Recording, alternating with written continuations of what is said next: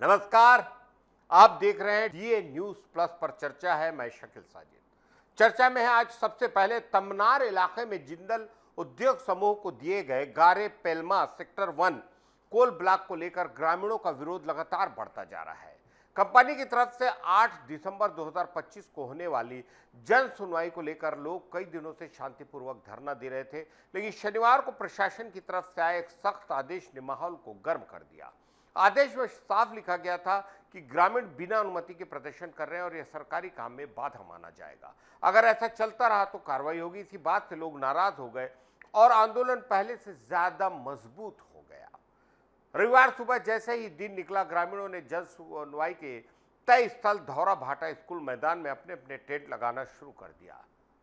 दोपहर तक 14 गांव के लोग वहां पहुंच चुके थे और हर गांव ने अलग अलग टेंट लगाकर शांतिपूर्वक धरना शुरू कर दिया। इस पूरी जगह को गांव वालों ने धरना स्थल में बदल दिया। खास बात यह कि आंदोलन में लेलुंगा की विधायक विद्यावती सिदार भी लगातार 2 दिनों से बैठी हैं और ग्रामीणों का साथ दे रही हैं। 5 दिसंबर से ही 3 गांव के लोग दिन रात वहीं धरने पर बैठे हैं।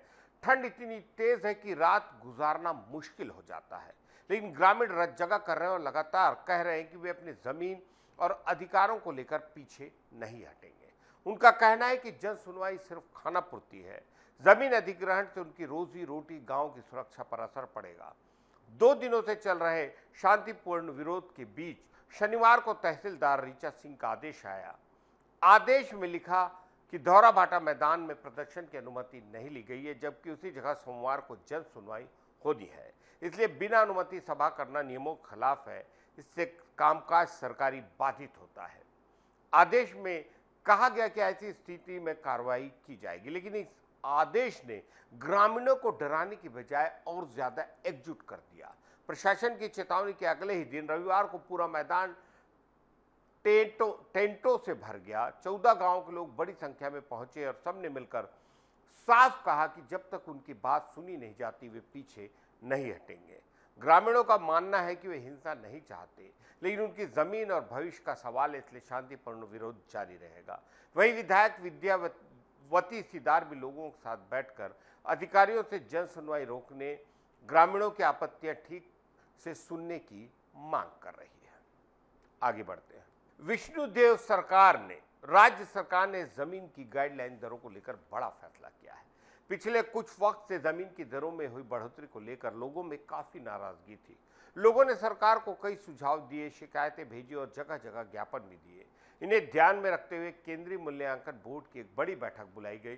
बैठक में जमीन के रेट और उससे जुड़े नियमों पर फिर से विचार किया गया और कई अहम फैसले लिए गए। सरकार ने जमीन दरों में बढ़ोतरी को लेकर जारी किए गए अपने कई आदेश वापस ले लिए। ये सारे नियम अभी से लागू हो गए हैं। बैठक में सबसे बड़ा फैसला नगरीय क्षेत्रों में जमीन के मूल्यांकन को लेकर किया गया। पहले 1400 वर्ग मीटर तक के प्लाट की कीमत इंक्रीमेंटल सिस्टम के हिसाब से तय की जाती थी, जिसे अब खत्म कर दिया है। अब पुरानी प्रणाली लागू कर दी गई है। उसके अनुसार नगर निगम वाले क्षेत्रों में 50 डेसिमल तक, नगर पालिका में 37.5 डेसिमल तक और नगर पंचायत में 25 डेसिमल तक की जमीन की कीमत स्लैब दर के हिसाब से तय होगी। इससे जमीन की कीमत निकालने की प्रक्रिया पहले से आसान और साफ होगी। बहुमंजिला इमारतों यानी मल्टी स्टोरी बिल्डिंग में बने फ्लैट, दुकान या ऑफिस की कीमत निकालने का तरीका बदल दिया गया है। पहले यह कीमत सुपर बिल्ड अप एरिया के आधार पर तय होती थी, यानी उसमें सीढ़ी, कॉरिडोर और दूसरे हिस्से भी जोड़ दिए जाते थे। ये नियम बहुत वक्त से चल रहा था और इसे बदलने की मांग लंबे वक्त से चल रही थी। अब सरकार ने तय किया है कि कीमत सिर्फ बिल्ड अप एरिया पर ही निकाली जाएगी। इससे फ्लैट और दुकानों की कीमत पहले से ज़्यादा सही और कम पड़ेगी। साथ ही शहरों में ऊंची इमारतें बनाने वालों को भी राहत मिलेगी और ज़मीन का उपयोग बेहतर होगा। बैठक में एक और बड़ा फैसला लिया गया है। छूट को लेकर सरकार ने बहुमंजिला इमारतों और कमर्शियल कॉम्प्लेक्स पर नए नियम लागू किए हैं। अब बेसमेंट और पहली मंजिल पर 10% की छूट मिलेगी, जबकि दूसरी मंजिल और उससे ऊपर के फ्लोर पर 20% छूट दी जाएगी। इसका सीधा फायदा आम लोगों, खासकर मिडिल क्लास को मिलेगा। इससे फ्लैट और दुकानें पहले की तुलना में किफ़ायती कीमत पर मिलेंगी। सरकार का कहना है कि इन सभी फैसलों का मकसद लोगों को राहत देना, रियल एस्टेट सेक्टर को बढ़ावा देना और जमीन से जुड़े कामों को आसान बनाना। फिलहाल ये नए नियम लागू हो चुके हैं और आने वाले वक्त में जमीन खरीदने बेचने वालों को इसका सीधा फायदा दिखाई देगा। सरकार को उम्मीद है कि इससे शहरों में विकास भी तेज होगा और लोगों पर आर्थिक बोझ भी कम होगा। और विष्णु देवसाय मुख्यमंत्री ने कहा है कि किसी भी निर्णय पर पहुंचने के लिए कोई भी फैसला जनता से पूछकर होगा और जनमत के हित में होगा। ये बहुत बड़ी बात है और इसके लिए मुख्यमंत्री विष्णु देवसाय को साधुवाद। आगे बढ़ते हैं। 8 दिसंबर को धर्मेंद्र का 9वां जन्मदिन था, हालांकि वो चले गए हैं। इस खास दिन को देओल परिवार ने बेहद बहुत तरीके से मनाया। परिवार ने अपने बंगले पर सेलिब्रेशन ऑफ लाइफ का एक छोटा सा कार्यक्रम रखा, जहां धर्मेंद्र को चाहने वाले फैंस बड़ी संख्या में पहुंचे। सुबह से ही लोग फूल, उनकी तस्वीरें और गुलदस्ते लेकर वहां आने लगे। कोई रो रहा था, कोई धर्मेंद्र के किस्से सुना रहा था और कोई बस हाथ जोड़कर उन्हें याद कर रहा था। इस बीच सनी देओल और बॉबी देओल बाहर आए। उन्होंने सभी फैंस से मुलाकात। दोनों भाइयों ने हाथ जोड़कर लोगों का शुक्रिया अदा किया। अपने पिता के लिए फैंस का प्यार देखकर काफ़ी इमोशनल भी हो गए। कई लोगों ने उन्हें सांत्वना दी और सनी और बॉबी सभी को शांत भाव से सुनते रहे। वहां मौजूद कई वीडियो अब सोशल मीडिया पर वायरल हो रहे हैं, जिनमें दिख रहा है कि लोग ही मैन धर्मेंद्र को कितनी मोहब्बत करते थे। धर्मेंद्र की बर्थ एनिवर्सरी पर से सनी और बॉबी ने ही, हेमा मालिनी ने भी फैंस से मुलाकात की। उन्होंने अपने घर आने वाले लोगों से कहा कि खुश रहिए, व्यस्त रहिए और अपना ध्यान रखिए। उनकी बेटी ईशिया देओल भी साथ थी। दोनों ने हाथ जोड़कर फैंस का आभार जताया और सबके प्यार के लिए धन्यवाद कहा। धर्मेंद्र उम्र से जुड़ी कई दिक्कतों से गुजर रहे थे। 10 नवंबर को उनकी तबीयत अचानक बहुत बिगड़ गई। सांस लेने में परेशानी हुई। उन्हें मुंबई के ब्रिच कैंडी अस्पताल ले जाया गया, जहां उन्हें वेंटिलेटर पर रखा गया। इस दौरान सोशल मीडिया पर उनके निधन की गलत खबरें भी फैल गई, लेकिन परिवार ने कहा कि खबरें झूठी है। 12 नवंबर को उन्हें अस्पताल से छुट्टी मिली और डॉक्टरों ने आगे का इलाज घर पर करने की सलाह दी। लेकिन दुख की बात यह रही कि 24 नवंबर को धर्मेंद्र हमसे विदा हो गए। उनका अंतिम संस्कार विले पार्ले शमशान में घाट में किया गया।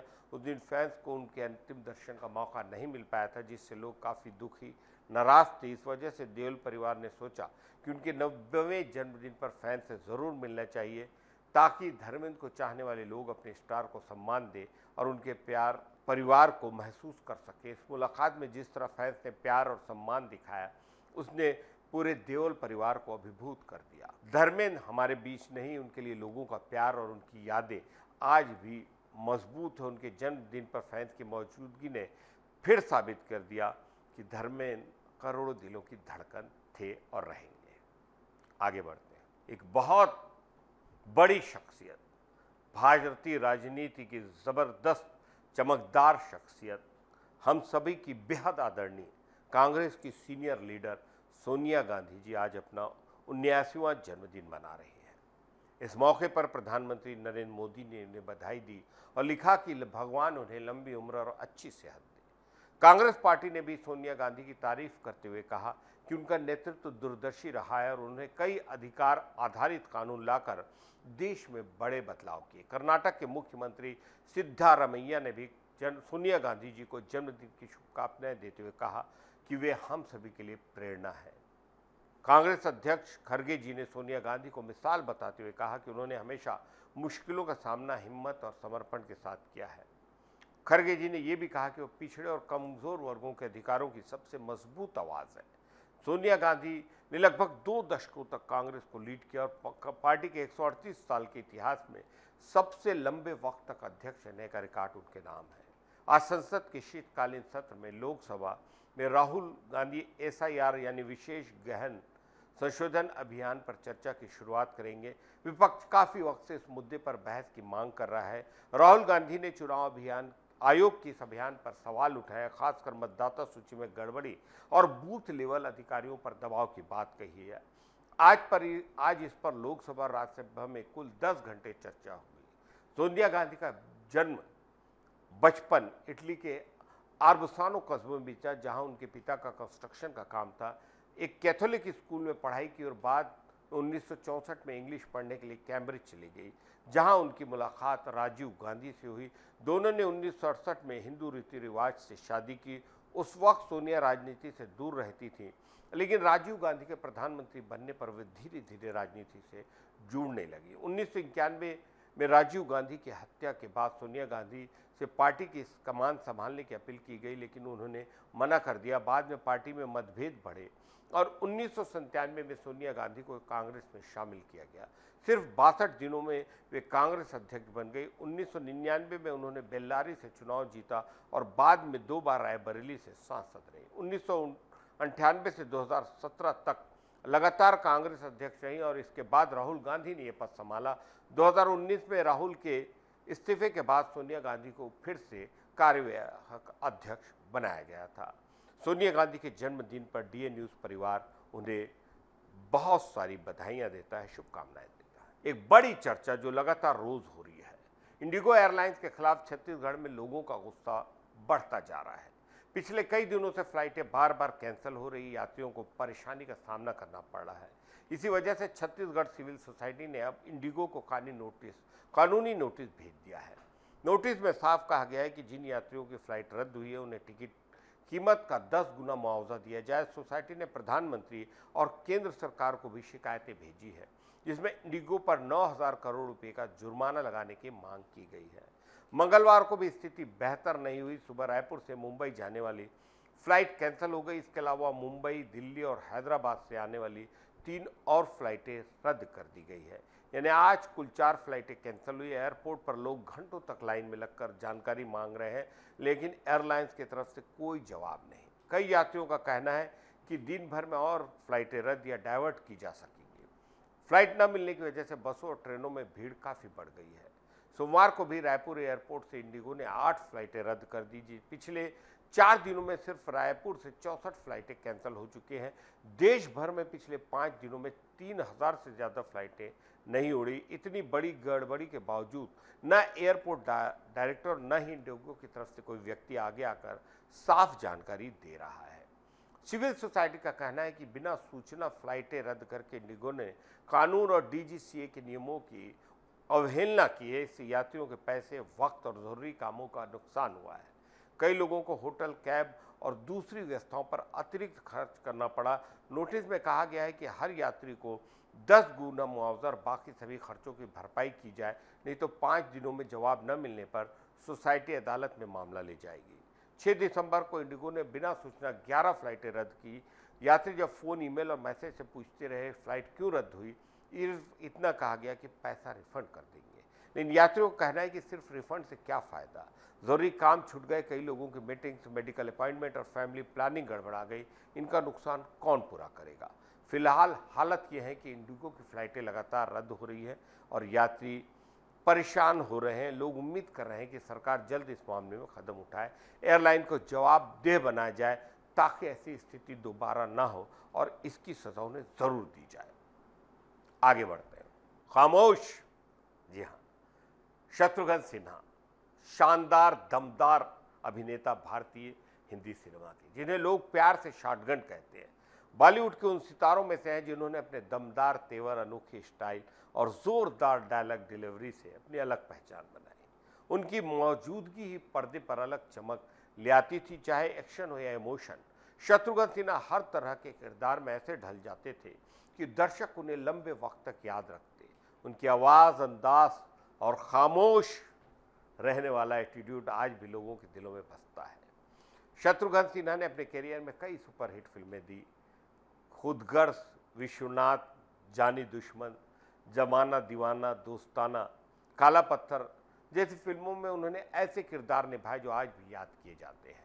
मेरे अपने, जिसमें विनोद खन्ना के साथ शानदार उनका किरदार था। उनकी खासियत थी कि चाहे मल्टी स्टारर फिल्में हों या सोलो रोल, वो अपनी मौजूदगी से स्क्रीन पर अलग ही प्रभाव छोड़ते हैं।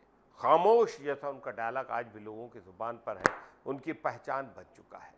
फिल्मों में शानदार सफलता पाने के बाद शत्रुघ्न सिन्हा ने राजनीति की तरफ भी कदम बढ़ाया और वहाँ भी अपनी दमदार पर्सनालिटी से अलग छाप छोड़ी।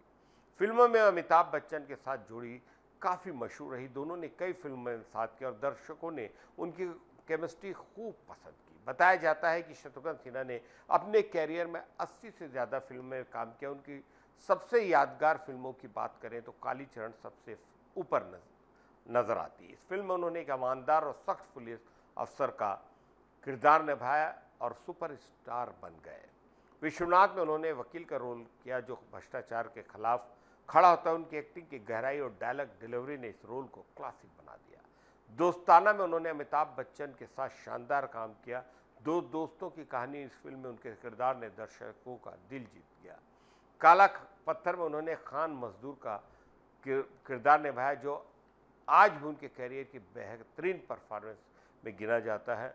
और मंगल का खून कोई सोडा पानी की बोतल तो नहीं, एक से एक डायलॉग और शानदार डायलॉग डिलीवरी। ब्लैकमेल में उन्होंने एक अमीर लेकिन मददगार दोस्त का रोल निभाया जिसमें उनकी सादगी और स्टाइल दोनों दिखे। शत्रुघ्न सिन्हा का नाम आते ही उनके दमदार डायलॉग याद आ जाते हैं, जैसे बहुत शानदार एक डायलॉग जो अपने दौर में ज़बरदस्त फेमस था, जली को आग कहते हैं, बुझी को राख कहते हैं, और जिस राख से बारूद बने उसे विश्वनाथ कहते हैं। या फिर एक और डायलॉग, आज के ज़माने में बेईमानी ही एक ऐसा धंधा है जो पूरी ईमानदारी से किया जाता है।